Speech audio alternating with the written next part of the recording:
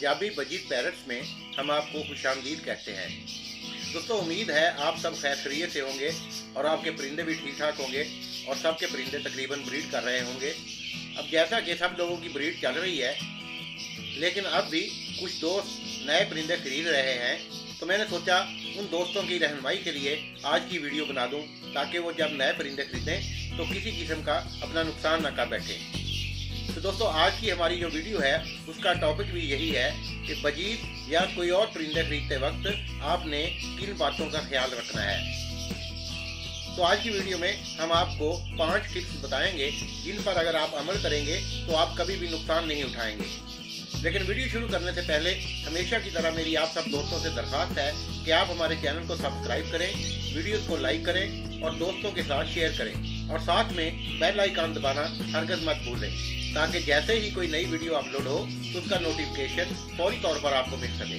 तो आइए वीडियो शुरू करते हैं। दोस्तों, आज की इस वीडियो में हम आपको 5 ऐसे असूल बताएंगे जिन पर अमल करते हुए अगर आप परिंदे खरीदेंगे, आप बजीत खरीदेंगे, तो आपको किसी किस्म का कोई नुकसान नहीं होगा।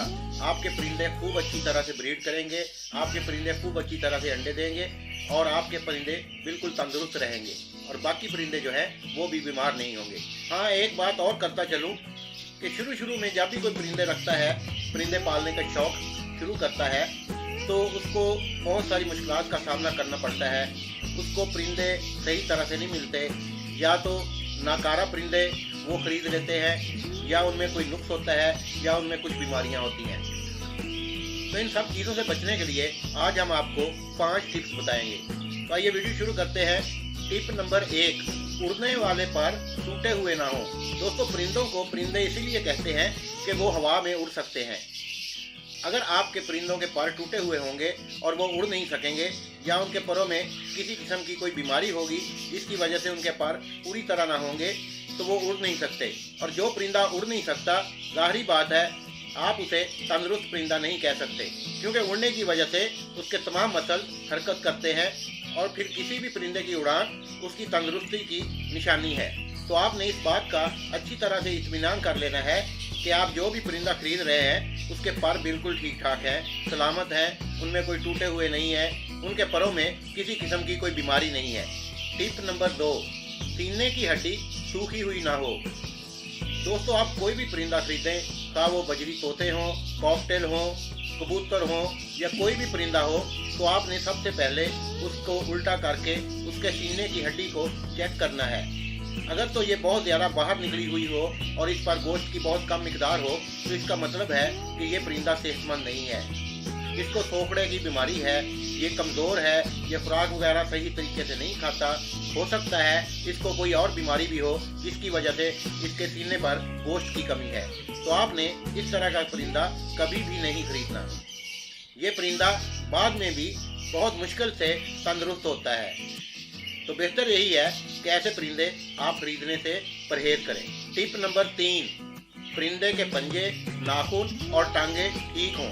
दोस्तों, जब भी आप कोई बजरी तोता या कोई और तोता या कोई और परिंदा खरीदना चाहें, तो उसके पंजे, उसके पाँव और उसकी टांगे लाजमी चेक करें, और ख़ास तौर पर उसके पाँव के नाखून। अगर उसके नाखून टूटे हुए होंगे या सिरे से ही नहीं होंगे, या उसके पंजे या उसकी कोई उंगली वगैरह टूटी हुई होगी, या उसकी टांगें टेढ़ी होंगी, तो इस वजह से खा वो नर हो या मादी हो, तो वो मैटिंग सही तरीके से नहीं कर सकते।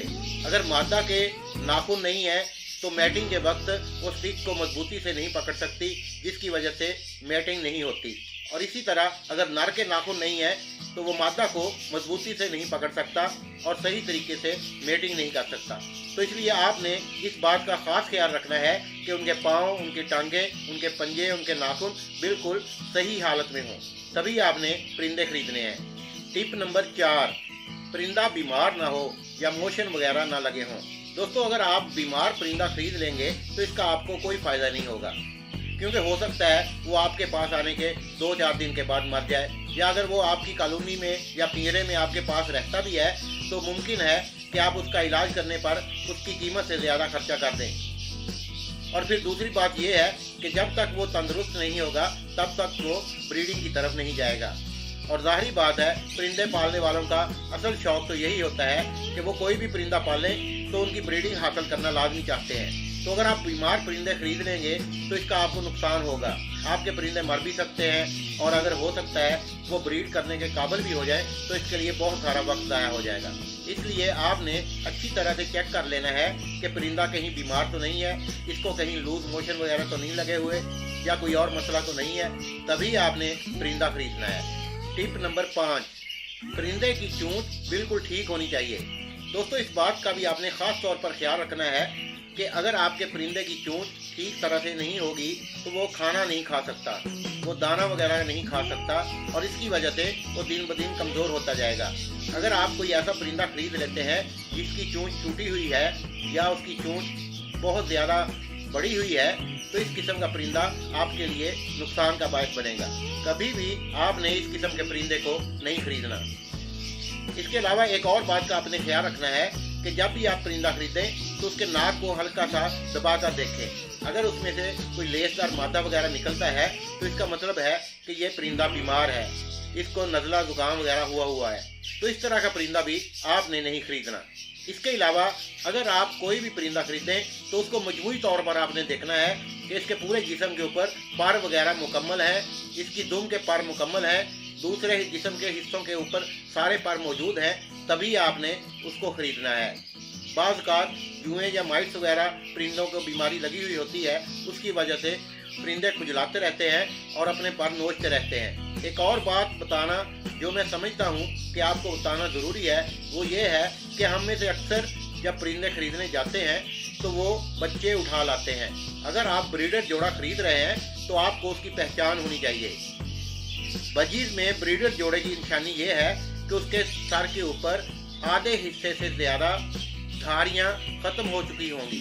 जो बच्चे होते हैं, जो पट्ठे होते हैं, उनके पूरे सर यानी कि नाक से लेकर पिछली गर्दन तक सारी धारियाँ होती हैं, जबकि अडल्ट जोड़े में नाक से लेकर आधे सर तक किसी किस्म की कोई धारी नहीं होती। तो इस बात को आपने यकीनी बनाना है कि आप अडल्ट पेयर ही खरीद रहे हैं।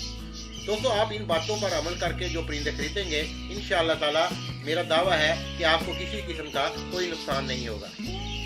उम्मीद है आज की वीडियो आपको पसंद आई होगी। अपनी दुआ में याद रखिएगा।